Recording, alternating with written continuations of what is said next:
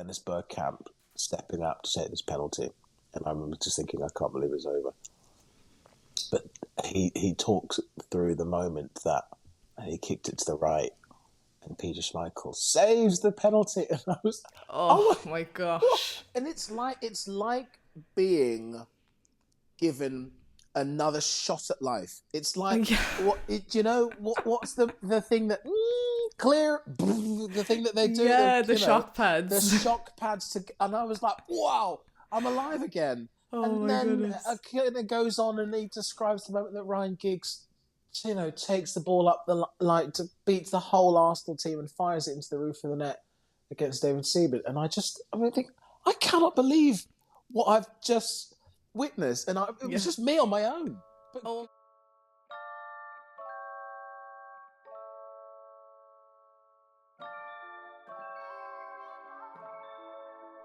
Hello there, you are very welcome to Your Play or Mine, the only podcast that combines the worlds of creative arts and sport in one show. I am your host, Sarah Mackenzie Foley, and this is Season 1, Episode 7.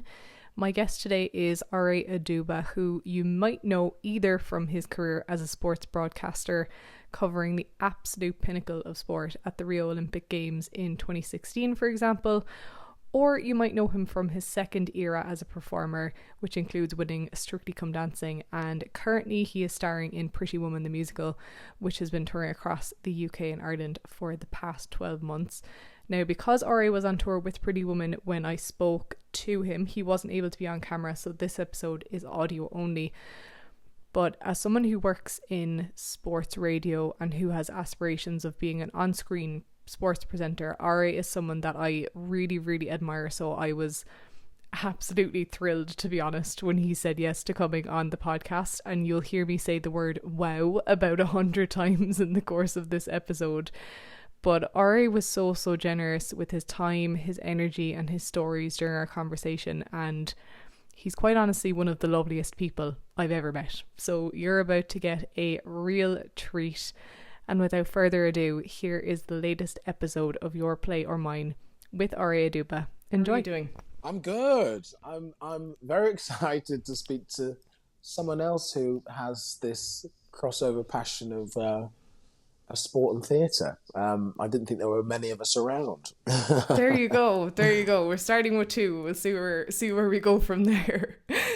We always start the show off with 3 kickoff questions to kind of help us get to know your sporting history better in particular. Right. So the first one is, what's your very first sporting memory?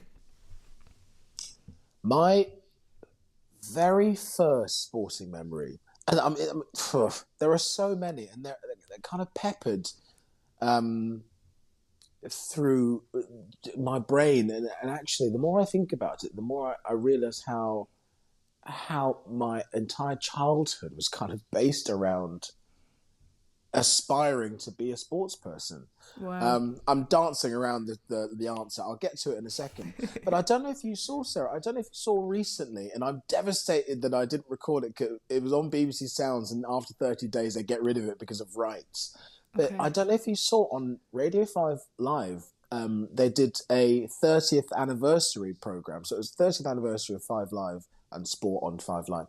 And they asked the audience to phone in and to vote for their favourite sporting moment of the last 30 years. Gosh.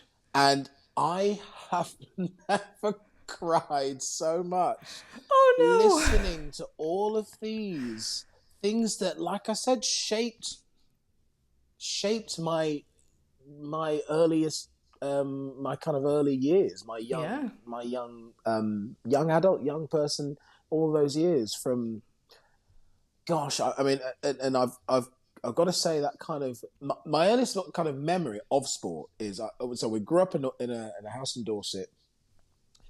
We never had Sky Sports. It was all, don't call me Rishi Sunak, but we never had Sky Sports.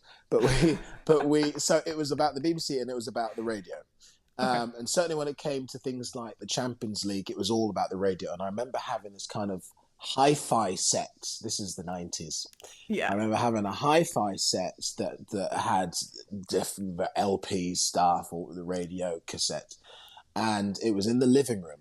And I just have memories of just kind of just being sat around this radio on my knees, and this is. Can I have two memories, please? Oh yeah, absolutely. Okay, Go okay, for all it. right. So so both of them happened in the same place. So the first radio memory that I have, sporting wise, is or the most kind of the strongest one, is on my knees, huddled around this radio, listening to the FA Cup semi-final of '99, Manchester United against Arsenal, and the treble was on. But I think it was a replay. Was it a replay? Man United against Arsenal. Even higher stakes, yeah. It was even higher stakes. It was at Villa Park. And it was 1-1.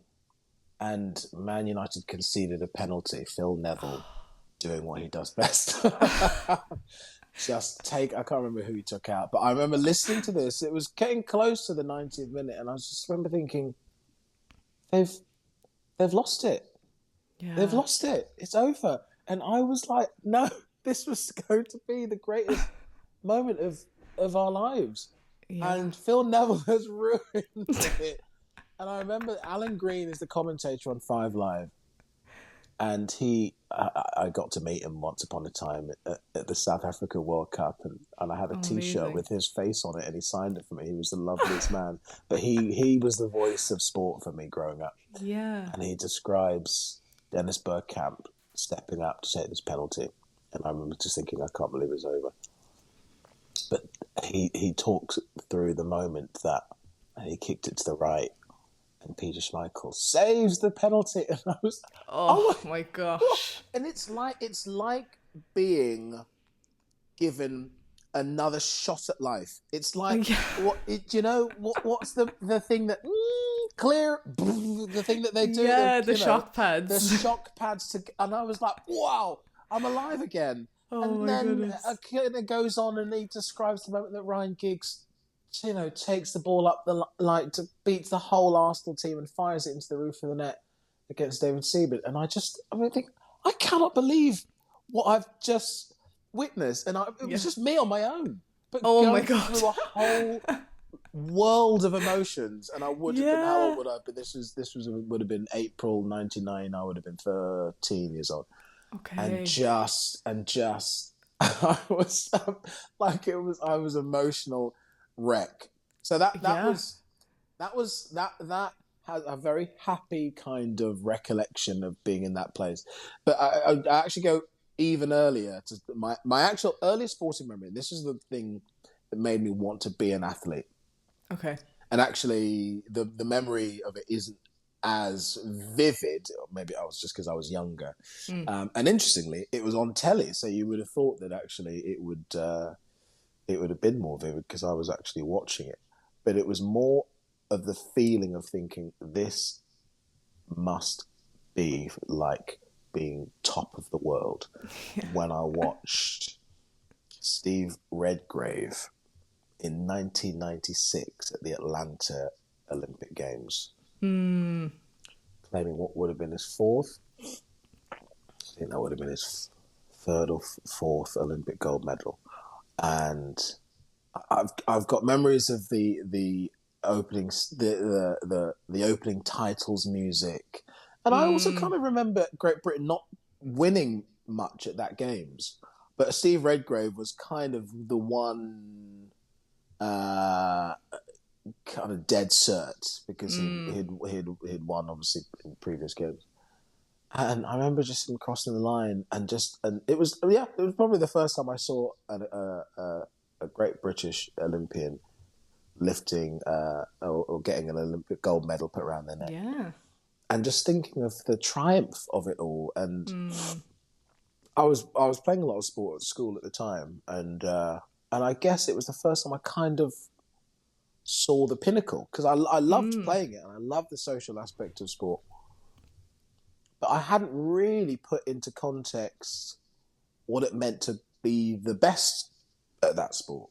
And that was probably the first time I really saw it and understood it, and the commentary around it and the build up, and you kind of begin to understand the sacrifice, and the idea that these people are doing what they love full time, and their body on the line, their blood, sweat, tears, over a 4-year cycle to get that one moment. Yeah. And I thought that is the most incredible thing in the world. Yeah. And so that was I was like, I want to go to the Olympics. I want to be at the Olympics. That was my goal set that day. I love that. So yeah, I mean, we haven't got time. I've got loads. I know it's hard. Yeah, so sorry to blather on the very first question, but those are my earliest sporting memories. No, that's brilliant. And it's the first one I've had that's been radio based, which is really cool, because I also have memories of listening to matches on the radio. And I think actually, interestingly, it's kind of more burned into your brain because you're not watching. I think like we're actually quite passive when we're visually absorbing something, whereas for whatever reason, sound, and I suppose the fact that all you have is the commentator's voice, I think it almost like burns it into your brain a bit stronger. And do you know what? It's always, when you listen to interviews with sports people, I always remember the David Beckham 2001 World Cup qualifier against Greece. It's 1-1, and they need to win to get through to the World Cup. And he scores that free kick from fucking hell, it felt like 50 yards away. And he took it, and there's a clip of him listening to the commentary. It's actually, he's not watching the moment. He remembers the moment, or he knows he was there. But he's there, kind of hunched on a sofa, listening to the commentary. And it might have been Alan Green again. It might have been the 5 Live commentary, and just seeing him going through the description.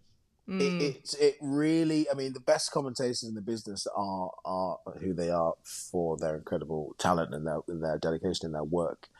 But I think for all of us, whether we're spectators or as an audience members or the actual athletes themselves, there really is something about it. You're right, like burning into your imagery. I mean, for me as a listener, it's a bit like reading a book. It's completely up to you to create that visual, helped by the words. And I think you're right. It becomes an active memory. It becomes something that you're actually. It's kind of inscribing into your memory, into your brain as it's happening. It's really, really powerful. And I mean, we're so kind of ingrained in stuff that's on our devices that we can see these days. But it's I think it's one of the most powerful mediums. Totally agree. And this one might be tough then, because I know, as you said, even from a young age, you had quite a lot of different sporting interests. But who would you say is your personal sporting greatest of all time across any sport? That is very difficult to answer. That really is difficult to answer. And my love of sport, my passion for sport has gone through many different types of waves, because like up until that point, a lot of it was really about football. Because I was a huge Manchester United fan. Kind of, and I'm not so connected to football these days because I realise how, I say this in a kind of loose sense, but how unhappy it made me. But I mean it more so because when you are so, it really defines your day, right? Yes. It really, and I get that. This is so many football fans. This is so many people. When your whole day or your week is defined by one match, and nothing else matters. If they lose, what a waste of time that has been emotionally for the people around you. So at that time I was a huge Man United fan, and I guess in later adult life I thought I can't do this anymore. anymore. Fair. I can't commit this much of my heart to this when there are so many other things to care about in the world. And so no, then it would have been football. In more recent years, I have found a deep love for tennis. Oh, And interesting. so if you were to ask me now, I would say Roger Federer. Yep. Having watched his career from when he burst onto the Wimbledon scene in, what was it, 2001, beating Sampras, and that kind of changing of the guard was just like, I can't believe what I'm watching, because Sampras has been my tennis icon for time immemorial, and now who's this ponytailed kid dethroning him in his what? I mean, if you don't go on to be the greatest of all time, then what? Who is this imposter? What just happened? Yeah. Look how that turned out. But yeah, so I kind of, I've had a few recent debates with friends about that very question. And I mean, it's an impossible one to answer, because sport is kind of so unfair in that comparison. And so when you think about Olympians and the likes of Steve Redgrave, who dedicated his elite sporting life for 20 plus years and came away with 5 gold medals, to someone like Federer, who, you know, who so visibly every single week of the year being at the top of the game, to someone like a Michael Jordan, who, you know, from an American sport point of view, changed the game. Literally. Literally changed the game, and you know, the last 30 years have mirrored his success, or have certainly been a legacy of his success. So, God, and then Cristiano Ronaldo, who also, you know, sitting there and watching and going, okay, I remember a friend going to watch him at Old Trafford and going, and in the first years of him arriving on the scene, and I'm thinking, who's this fizzy feet dribbler? Like, what wasted? What are you doing? Just doing all these step overs, and then this guy's just scored 900 goals, the most goals scored in professional football of all time. I don't know. Too many options. There are too many, but right now, I am actually beginning I'm at the beginning of my tennis coaching journey. Oh, exciting! Mainly because I've got my children into it, and I actually love the idea of kind of doing all of us together. Yeah. So so my love of tennis, I've been to Wimbledon countless times, and I'm speaking to you right now while the Laver Cup is on, and you know, it was a big decision to make whether I watched the Laver Cup or spoke to Sarah. Honoured. And Federer is there in Berlin, right? So no. Oh, God. So it's I could sit watching that man play tennis from dawn till dusk. Yeah. So I think there's a purity about it, and I actually think my opinion, subjective as it may be, is that I feel like tennis is arguably the hardest sport at a professional level to sustain. When you think about the fact they play for 50 weeks of the year, they can be on court for up to 6 hours. And then play 2 days later. I think, and that they're on their own and play in front of 25,000 people, and just the demands on the body, the skill and what they're able to do. And I also think, as a viewer, this does definitely go across the board for all elite sport, but I think that as a viewer, you think they're just hitting it from one side to the other, but I think you can't begin to understand the complexity as a viewer of how many different variables there are. The decision making that's happening, that prevent that ball from going over the net, and then seeing them play a 35-shot rally. So so I think for Federer to have sustained that level of success for 20 years, toppling what was already a kind of a best era in tennis, and creating his own, Yeah. I would say that Roger Federer is my greatest icon of all time. I don't think many people would argue with you on that one. To be fair, I think he's pretty widely recognised as one of the goats. Anyway, we'll call him that. But the third question then is, and I think you may have already answered this potentially with the radio thing, but what's the most emotional sporting moment that you've ever experienced? Well, yeah, I'm crossing over here, but I knew this question was coming, and I did mention it on purpose. But the radio lead up in that '99 FA Cup semi final built up to the moment that was Man United winning the Champions League in '99.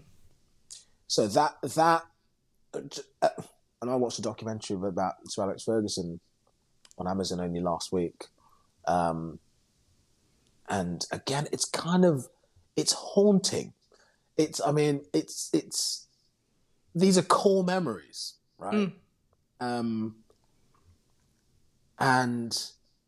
so when you see it now, gosh, what was it, 25 years later? It's like, I just can't, I can't believe what happened. And I think it's, as for a 13-year-old who hasn't really experienced much of the world, again, putting so much importance to it. Yeah. I remember being I was at school. I was a boarder at the time, so I was boarding at school, and I remember feeling that kind of injustice that, you know, this match starts at 7:30. They have very specific bedtimes at school, and I remember thinking, I don't know what they're going to do, because this is arguably the biggest sporting moment of our lifetimes, beyond doubt, but necessary for the staff. What are they going to do for the fact that this match is going to go up until 10 o'clock? But because we were in year 8, we were in the last year of school. They allowed our year group to stay up and watch the whole match. I think some of the other years had to go to bed at half time. Devastating. God. Yeah. But I remember sort of being sat amongst my year group. I mean, amongst the boarding group, there's maybe only 4 or 5 of us, watching it with the headmaster in the headmaster's kind of living room. It was actually like it was as good as it was basically like school hospitality. It was like Prawn Sandwich Brigade. It was the most. It was luxury. So we're watching this, and I it's the 89th minute, and they've been down 1-0 since the 6th minute. Mario Basler scored a ridiculous free kick that just basically passed into the net. And again, all this build up all season, just coming down to this one moment. And I remember there was a kid called Will next to me, and he could see how down and how deeply down I was getting, as the reality of the fact that sure, they'd won the double, whatever, done that before, that's no biggie. But the idea of winning the treble had kind of come and gone. And I remember him saying to me, "Oh, I'm sorry, it's over." But do you know what the mad thing was? Maybe it was the fact that they had done it a number of times that season, those last minute goals. Yeah. There was part of me that just went, I didn't say it to him, but I just kind of stared at the screen thinking, I don't know that it is over. Yeah. And then I'm not even going to bother trying to describe it to your listeners now. But just for what then ensued, like getting one goal, last minute goal, to go into extra time is another thing. But to watch them score twice in 2 minutes to win something that had never been done. But, oh my goodness! Incredible. And considering there were children in that building that had gone to sleep, I remember screaming that building down, running riot in the headmaster's quarters, and it was just unbelievable. And I don't think I'd been happier as a 13-year-old in my entire life. So it was emotional. Like, I think I don't think I remember crying, but I just remember my heart just exploding, Yeah. and just being, yeah, that was a Amazing. ride. That was a Love ride. it. So Yeah. I'd say that was the moment. Fabulous. I do want to ask you, I suppose, getting into the connections between theatre and sport, I think something that for me has a really strong correlation between the two is the physicality of both of them. You know, from at every stage, really, whether it's preparing, performing, honing your craft, it's all vital. And I think particularly in theatre, it's not just the physicality of like your body performing, it's your voice, and it's everything that goes with that.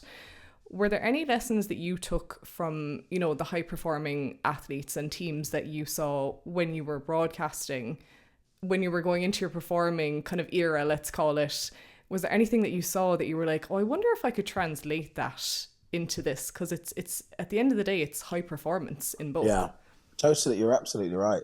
I actually think the first time I realised that crossover was during Strictly Come Dancing, and actually the thing that I always found difficult as a sport broadcaster was the fact that I wanted to be the person in the Oh, I picture. find that so hard as well. Yeah. That was always, I know your Yeah. history and wanting to be that athlete, wanting to be that Olympian, wanting to Yeah. be on that stage. And so, I played sport to a high representative level. I had been England development under 18 in hockey, and I played regional southwest of England rugby under 18. So for what, how old would I have been? From maybe 7, 8 up until 18, 19, I had played an all but elite level of sport, and I went to Loughborough University as well. The idea of going to Loughborough University was actually to represent England and Great Britain at hockey, until I got there and realised that everyone else already did. It's pretty iconic, to be fair, Loughborough. And I thought, oh, I don't think I'm going to squeeze in here. Yeah. But it did. I studied sports science, and it did give me another level of appreciation of what it takes to get to the top. And you're surrounded by that kind of an elite environment. And it is one of the centres of sport in the country, if not the centre of sport in the country. And so I had a real understanding of what it took, even though maybe I didn't have the talent or the best circumstances to get there, but I had an understanding of what it took to get to the top. So, yeah, this is before I became a broadcaster. But when I did Strictly, and I mean, my affinity for that show goes back to when I first started, which has been completely obsessed with this glittery sequined program on a Saturday night that seems like fluff, but also is escapism and entertainment in its purest form, and it's fronted by Bruce Forsyth, and it couldn't be more amazing. But me actually going on the show, when it came down to the nuts and bolts, I remember being partnered with Joanne. Joanne Clifton was my partner. It's still a very close friend to this day, 8 years later. Wow. And I remember Joanne telling me that she had won the World Ballroom Show Dance Championship 2 years before. Only 2 years before. So essentially she was the best in the world at what she did. And I just thought, hold on a minute. Like, I know it seems like a bit of fun, but I have the opportunity here to be coached by literally the best dancer in the world. Yeah. For me, it clicked in that instant. It was as if I was going to get given a 4-month football coaching course taught by Cristiano Ronaldo. That's what it was like. I was like, this opportunity does not get better if you want to learn, and if you want to work, and if you want to be better every day. You're literally going to get the chance to learn from the best in the world. And so that was the mantra. That was the motivation every day, was just to learn, just to get better, just to hone it, and it's, it's slightly nuanced on Strictly, because every week you're learning a different dance. And being a complete non-dancer, I didn't have the kind of the dance vocabulary to understand until much later in the process that I'm learning the same skills but differently, that I can transfer that from week to week. It felt like I was kind of downloading or uploading a brand new dance and then having to delete it the next week and create a new one, start from scratch. So that was quite challenging. But only towards the last couple of weeks, I was like, hold on a minute, we've done this. I'm picking up new stuff, but I'm adding it to the repertoire of things that we've done before.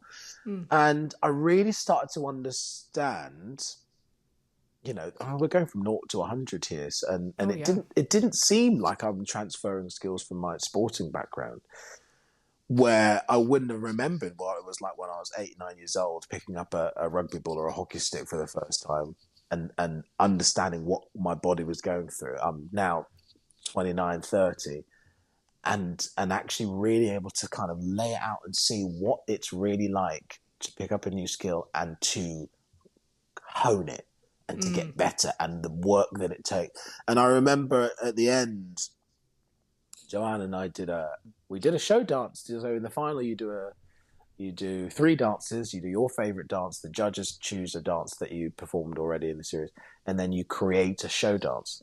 And I remember thinking, come on, this woman won the World Show Dance Championships. Yeah. There is no one better in this field that can do this. And she created this ridiculous routine. I remember her showing it to me on day 1 of that final week and going, "You're mental." I don't know who you think you're doing that with, but it ain't going to be me. But it was incredibly difficult to get right. But I remember completing the routine on the night in front of 600 people live in the studio and 13 million people watching it on telly, and doing it as perfectly as we could have ever hoped. Wow. And I remember looking down at Joanna, she was in tears. And later on, she told me that that feeling that she had was the most incredible feeling that she'd ever had on a dance floor. More so than when she won the World Championship. Wow. And I think for her, it was the idea that she'd taken someone who had no experience at all and created something that felt like it might have been impossible. And I remember Darcy Bustle saying after that dance, Darcy was one of the judges on the show at the time, and this is something that really did stick with me.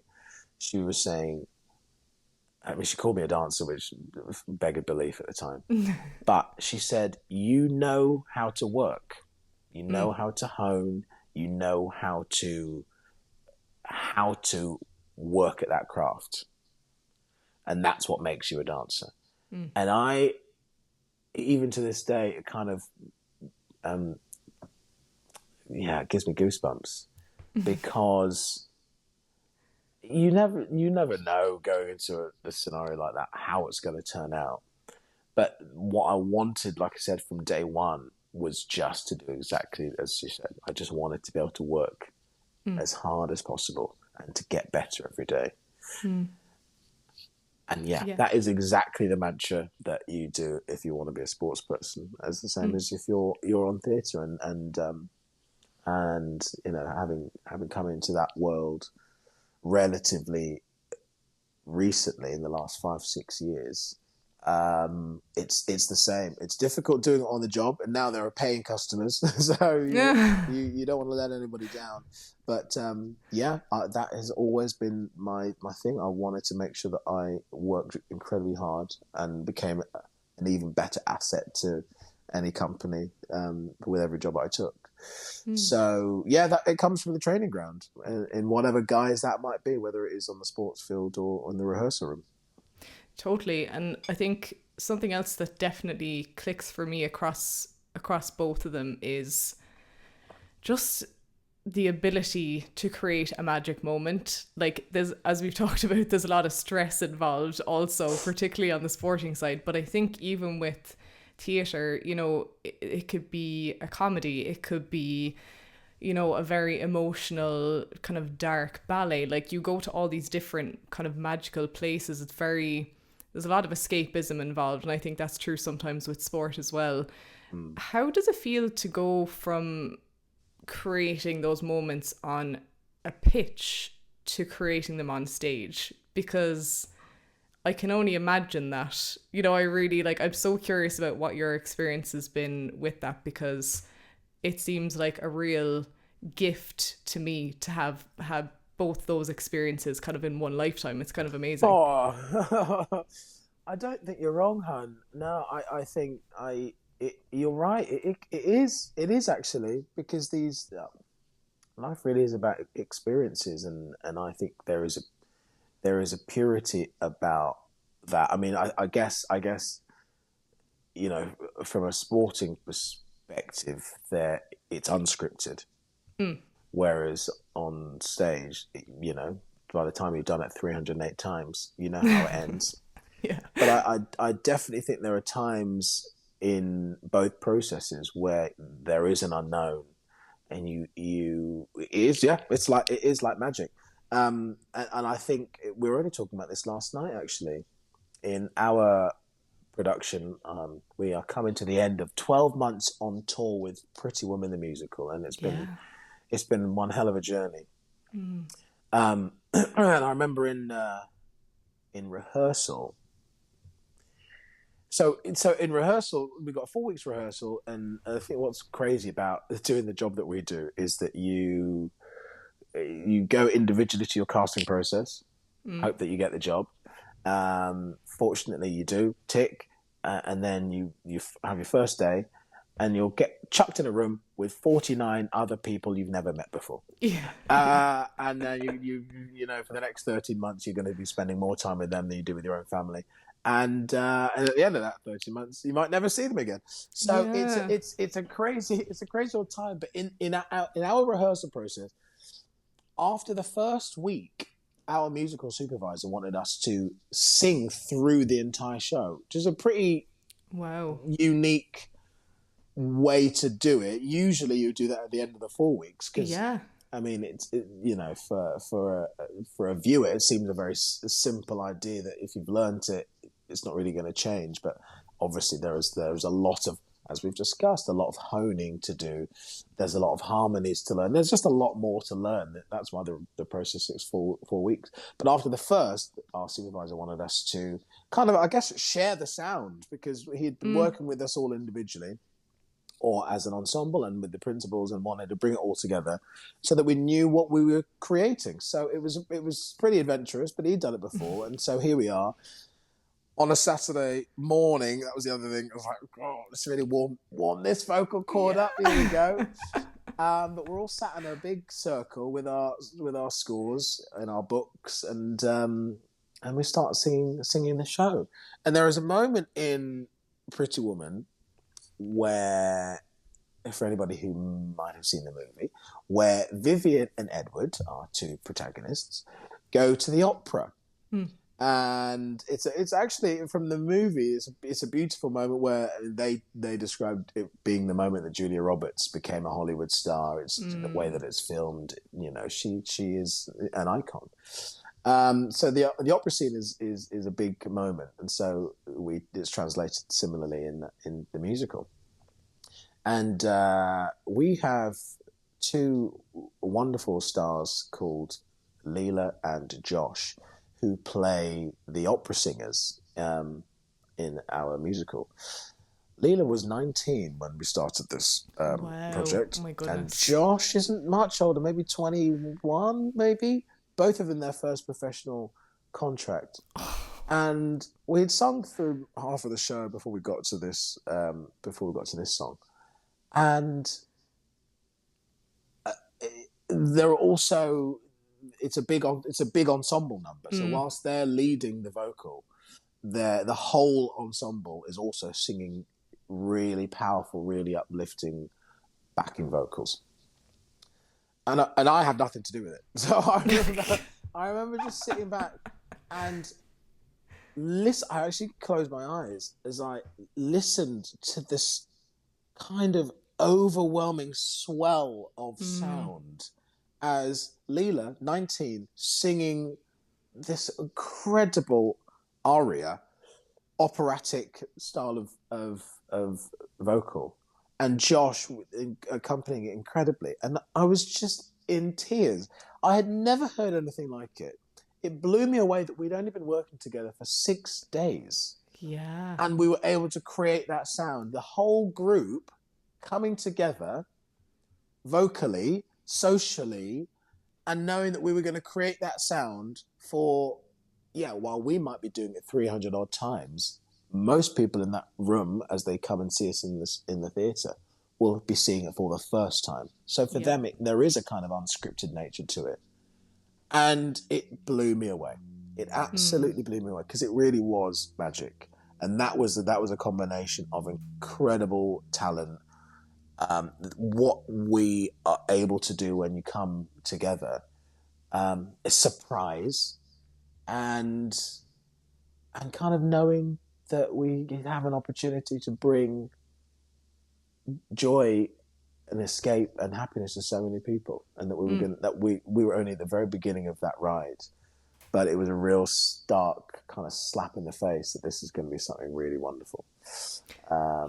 So that experience was very, very special. And there is something about the team aspect on stage that does remind me of my sport playing days.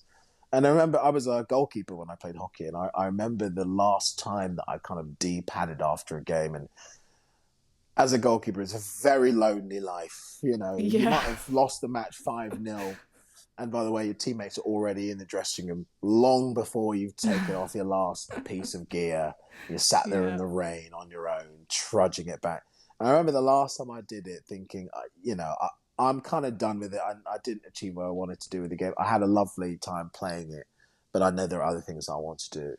But I remember thinking, I'm going to miss this team aspect, the chance to train towards a shared goal, the chance to kind of work out problems, really discover people's skills and talents, challenge each other socially, the fun that you have together. And I remember thinking, I don't know if I'm going to get this again.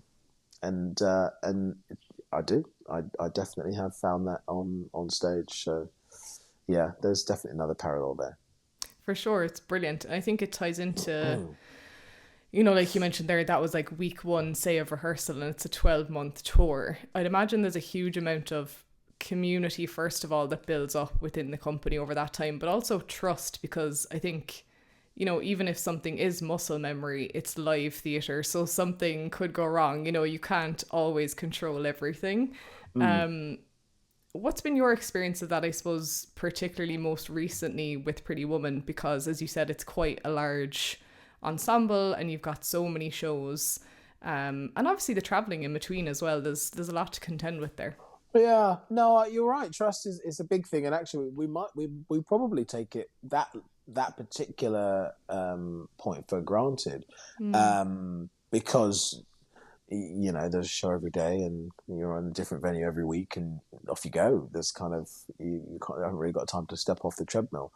But I have found, as we kind of reflect on the last 12 months, that, I talk about getting chucked into a room with 49 other people that you've never met before.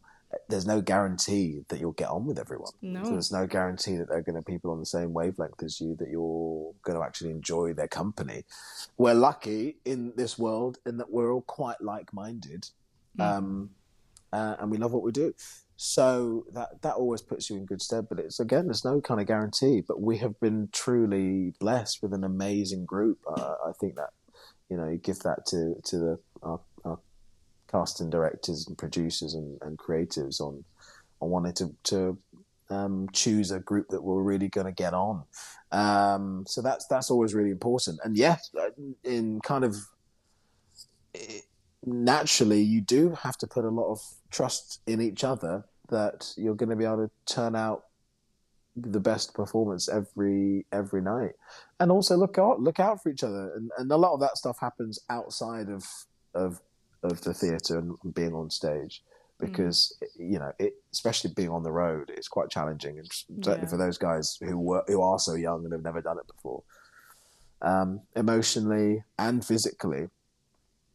It can be very, very challenging.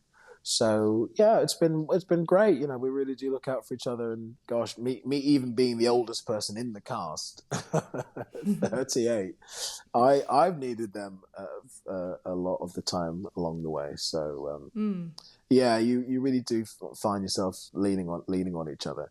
I guess it's a very we know what we're getting into, but it is a very vulnerable place that you put yourself in when you're performing in front of Totally. 1,000 plus people every night. Whilst you're confident in your own ability to do the job, sometimes it doesn't go right, and in that split second there can be a judgment that is made, whether it is by the audience or your fellow company members. So yeah, there is a kind of a tightrope that you walk every day, and you hope that you've worked hard enough to make sure that you're on the right line. And so far, touch wood, so good. Yeah, I guess, is that kind of how you approach the risk side of it then, like the potential for something to go wrong, is that your approach to that is to kind of just put in all the work that you possibly can and be able to lean on that then as your sort of safety blanket in a way. Yeah, I guess so. Yeah, and that creates a kind of a muscle memory that allows you to just. It's why we've become so. I mean, lots of people are very superstitious or very set on their kind of The routine and everything. routines and their Yeah. processes, because in many ways you go out on stage and you actually stop thinking. Yeah, it's so That's true. certainly my experience anyway. And often the moment that you do start going, I might do. That's when it Kind goes of wrong. sets everything out of kilter. It only happened last night. I was kind of I was in quite a buzzy kind of mood, and I just started almost self-directing as I was in a particular scene, and I was thinking, stop doing this. I don't know what you're doing, Yeah. but if you change what you're doing now, it's going to have an impact on the next bit of the scene. This is all happening while I'm still speaking to other cast members on stage live in that moment. Oh my You kind of gosh. have these inner dialogues. And it can be quite terrifying. So no, you do kind of lock in those from the work, from the rehearsal, from every night, from the getting notes back from your resident director, or and you kind of you lock it in, and in a way it means that you can switch off from you as who you are before character, and you can turn it on, because it is a sometimes an incredible challenge taking whatever you have taken with you that day, parking it, and then being someone completely different. And in many ways it's wonderful, because if it's been a difficult day, it means that you have a chance to create something brand new and put smiles on faces in that way. But also, sometimes it can be a real gear change to kind of put those emotions away. So yeah, it really is sometimes like painting on a different face. Yeah. But if you have that locked down, you can go to it. You know what it is that you have to do to get to that place. So yeah, it's very vulnerable, but yeah, you put your faith in the work, and you put your faith in the people around you. Definitely. My closing question for each guest is, what rule, ritual, or regulation would you try to cross over from your favourite sport into your creative career? So I know obviously we've had tennis, we've had Manchester United, we've had hockey, and we've had rugby. So you will have to pick one. And let's say, what rule, ritual, or regulation would you try to cross over from one of those into let's say being on stage, since it's Pretty Woman at the moment? Oh, Um, like a tangible one, or It could be anything. Like, for example, I've had someone say that they would introduce cards, like yellow and red cards, into rehearsals, so that oh, I if people see. continued to debate a point that had already been settled, it'd be like, okay, yellow card, red card. Right. Well, I mean, if it's very hard to put kind of a rule book on either, right? Because Mm, even the thing that came into my mind is that, like, if there's never enough hours in the day. So if you, yeah. I remember the idea of being on a hockey pitch, and you have training, but then if training's finished and you want to keep working because there's something that you really want to do, you still want to put the hours in. Mm, Um, but certainly when it comes to hockey, if it's already 9 o'clock, pretty soon the floodlights are going to turn off and you're going to be mm, sat in pitch darkness. So yeah. you just got to go home. Yeah.